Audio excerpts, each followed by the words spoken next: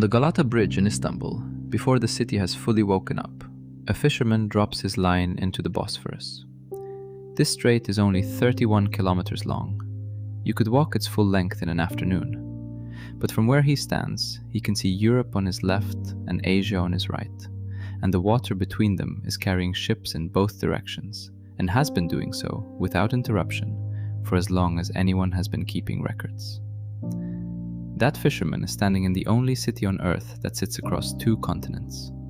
Behind him, the dome of the Hagia Sophia rises over the rooftops, a building that has been a church, a mosque, a museum, and a mosque again across 1,500 years of its life. Somewhere above the city, the first call to prayer of the morning is rising from a minaret. A tram goes past. A man on a motorcycle delivers bread. A seagull decides the fisherman has nothing useful and moves on. This is Istanbul, and Istanbul is Turkey, and Turkey is the question at the center of both. Turkey is one of the most misunderstood countries on Earth, and part of the reason is that it genuinely defies the categories that make other countries easy to explain. It is a Muslim-majority nation with a constitutionally secular government. It is a NATO member that has also purchased advanced weapon systems from Russia. It has been an official European Union candidate since 1999 and has spent that entire time not becoming a member. 97% of its land sits in Asia. 3% sits in Europe. It is not fully at home in either. This is not instability. This is identity. A country that has spent 12,000 years at the intersection of everything, that has been the Eastern Roman Empire and the center of the Ottoman world, and the secular republic of Mustafa Kemal Atatürk, does not fit neatly into frameworks built by and for other places. Turkey's ambiguity is not a problem waiting to be solved. It is, if you look at it from the right angle, the most honest thing about it. Before the empires, before the city, before almost everything, there was a hill in southeastern Turkey.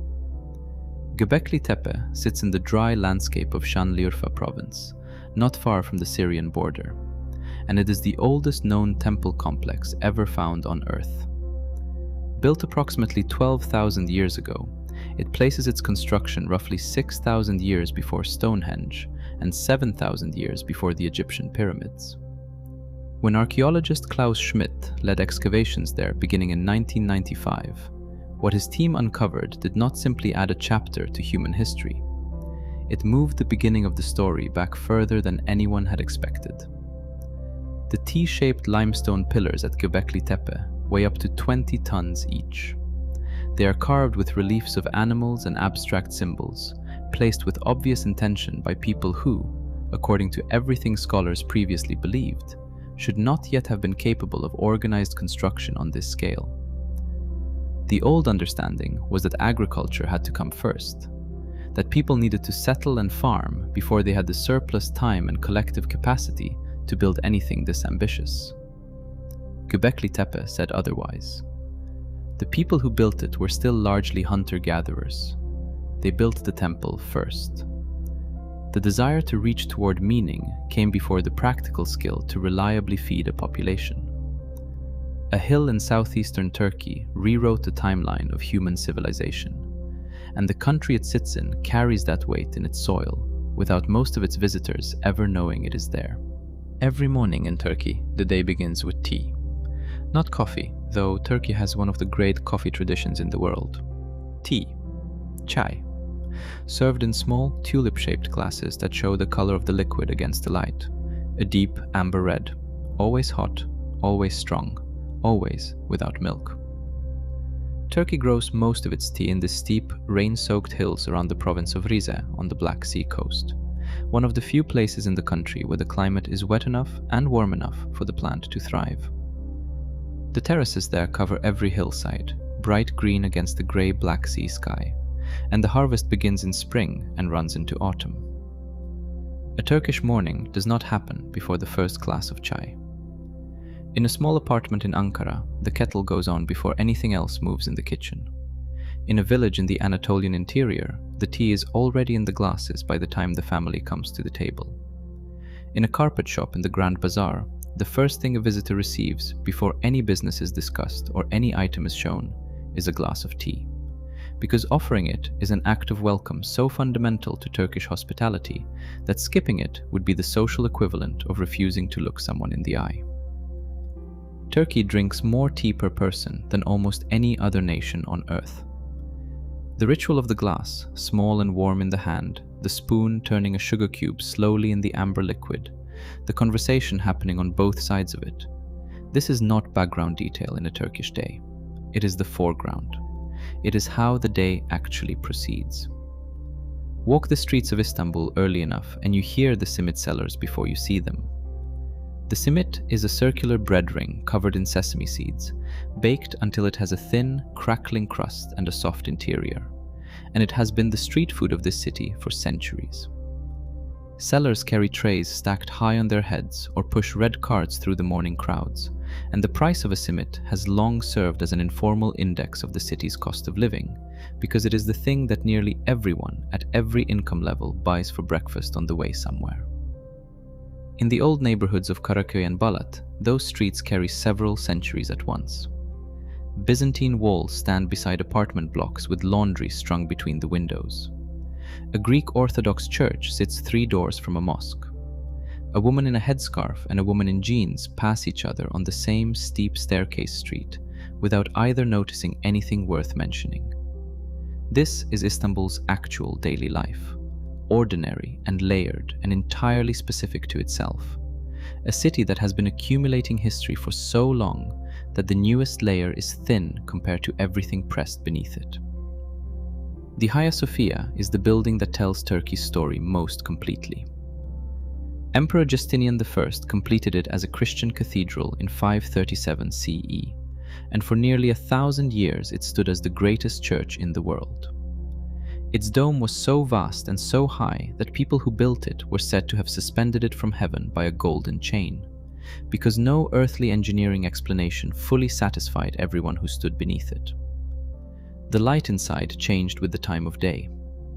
In certain conditions, the dome appeared to float above the walls rather than rest on them.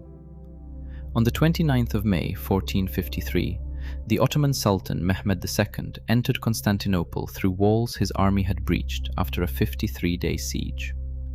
He was 21 years old. He went directly to the Hagia Sophia, had the call to prayer recited inside it, and converted it into a mosque. The Christian mosaics were not destroyed but plastered over.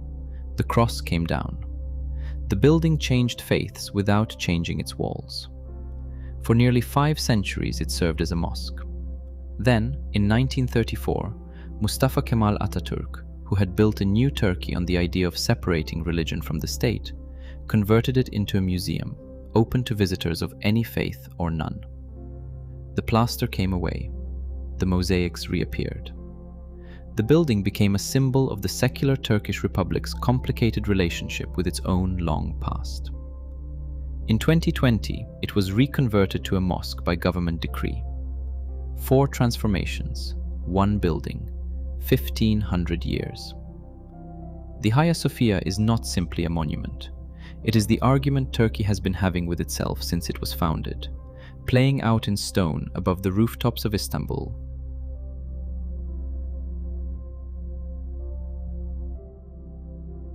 Mustafa Kemal Atatürk has no real equivalent in modern history. He was born in 1881 in what was then the Ottoman city of Thessaloniki. He was a military commander who won the War of Independence that followed the collapse of that empire after the First World War, pushed out the occupying forces, and proclaimed the Republic of Turkey on October 29, 1923. Then he did something that very few successful revolutionary leaders have ever managed. He did not simply consolidate power.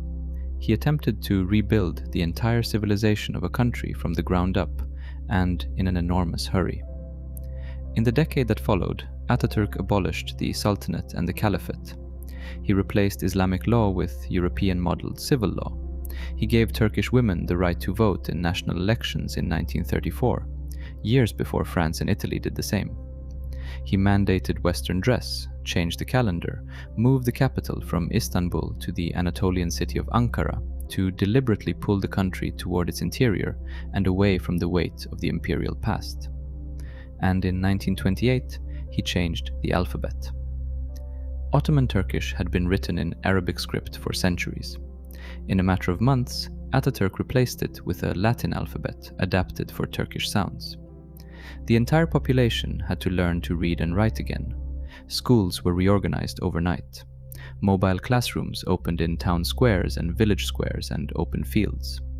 Ataturk himself traveled across Turkey with a blackboard and chalk, standing in public spaces and teaching the new letters to whoever gathered around him. A school inspector who witnessed one of these sessions described the silence that fell when Ataturk arrived, and then the sound of hundreds of people repeating letters back to the man who had remade their country, learning to read themselves into a new era in the language they had always spoken. Within a generation, the Ottoman script was foreign to ordinary Turks who had not studied it specifically. The written records of the empire became inaccessible. Turkey had remade its relationship with its own past in the space of a few years, which was exactly what Ataturk intended, and which Turks have been debating the cost of ever since. Turkey carries a history that is both magnificent and genuinely painful, and it has not always known how to hold both at once. The Ottoman Empire at its height in the 16th and 17th centuries controlled territory stretching from the gates of Vienna to the Persian Gulf, from Crimea to the edges of Morocco. It was a multi-ethnic, multi-religious world in ways that the European empires competing with it often were not, allowing different communities to govern their own religious and civil affairs under the millet system, while the central state collected taxes and maintained order. It built mosques and aqueducts and libraries and trading networks of extraordinary reach. Its capital, Constantinople, was one of the great cities of the world. And in 1915, during the chaos of the First World War, hundreds of thousands of Ottoman Armenians were deported from their homes in eastern Anatolia. Many died during the forced marches across brutal terrain. Many were killed. The death toll, debated in its precise figures but measured in the hundreds of thousands at minimum, left a wound in the region that has never fully healed. Most countries and international bodies that have examined the historical record have called what happened a genocide. Turkey's official position contests that characterization. The gap between those two positions has sat at the center of Turkish public life for more than a century, and the silence around it is itself part of the history's weight. These things are all true simultaneously. The empire that built some of the most beautiful architecture in human history also committed acts that cannot be reconciled with that beauty. Turkey, like every country that carries a complicated past, has to decide what to do with all of it. That decision is ongoing. Turkey is not one country when you travel through it. It is several, layered so differently that moving from west to east feels like crossing not just distance, but time. The coastal cities of the west, Izmir and Bodrum and Antalya, face the Aegean and Mediterranean with an openness that feels genuinely different from anything in the interior. The streets there run under fig trees and oleander, the food is lighter, the wine is local. The architecture has Greek and Byzantine bones beneath the Ottoman and modern surface. Move east into central Anatolia, and the landscape changes completely. The plateau stretches flat and dry for hours in every direction. Konya is the city where the Sufi mystic Rumi spent most of his adult life and where he is buried, and it carries a spiritual gravity that is entirely different from Istanbul's restless layering. Konya does not hurry. It has been where it is for long enough that hurrying seems beside the point. Go further east, into the mountainous provinces near the Iranian and Armenian borders, and you reach a Turkey that many Western Turks have never visited, where the altitude is harsh and the winters are hard, and the Kurdish language is the first language spoken in many households. Turkey's Kurdish population accounts for somewhere between 15 and 20% of the country's total, a significant minority whose language and political recognition have been at the center of unresolved conflict for decades, and whose relationship with the Turkish state remains one of the country's deepest open questions. And then In the center of the country, there is Cappadocia. Volcanic eruptions millions of years ago covered this region in ash that hardened into soft rock. Erosion then shaped that rock into tall pillars and cones that the people who live among them call fairy chimneys. Early Christians cut entire cities into this rock, going underground to shelter from persecution, carving chapels and corridors and granaries and ventilation shafts into the cold dark beneath the surface. The underground city of Derinkuyu could shelter up to 20,000 people at need. Above ground, painted churches survive in the rock, with frescoes still visible after 1,000 years in the dry Cappadocian air. Christ and saints and angels preserved by climate in a landscape that looks like it was made for a different planet. In a Turkish home, when a guest arrives, the household reorganizes itself around them. The Turkish word for hospitality is misafirperver, and it describes something closer to a moral obligation than a social preference. A guest is, in the Turkish understanding, a gift, and the correct response to a gift is to receive it with everything you have. The best room is offered, food appears without being requested, tea comes immediately, and then more tea, and then something to eat alongside it. To decline what is offered is to cause a specific distress that goes beyond offense into something closer to genuine confusion, because the offering and the receiving are not two separate acts here. They are one act shared between two people, and refusing your half breaks the whole thing. The hammam has been the physical expression of this culture of welcome for centuries. The Turkish bath, with its marble rooms and its steam and its ritual of being scrubbed with the kese, the coarse cloth meat that removes a quantity of dead skin that surprises every first-time visitor, is not only a bathing practice, it is a social institution. People have gone to the hammam not just to wash, but to talk, to do business, to sit with neighbors in the heat, to spend an hour inside a tradition that connects them to every person who did the same thing in the same rooms before them. The great hammams of Istanbul, the Çimberlitaş and the Süleymaniye, are still operating today, still warming the same marble stone that Ottomans and Byzantines warmed themselves on centuries earlier. The question Turkey has been asking itself since 1923, what are we exactly, and where do we belong, has no clean answer, and the country would probably not trust a clean answer if one were offered. Clean answers about genuinely complicated places are almost always wrong. Turkey belongs to NATO and has been a member since 1952.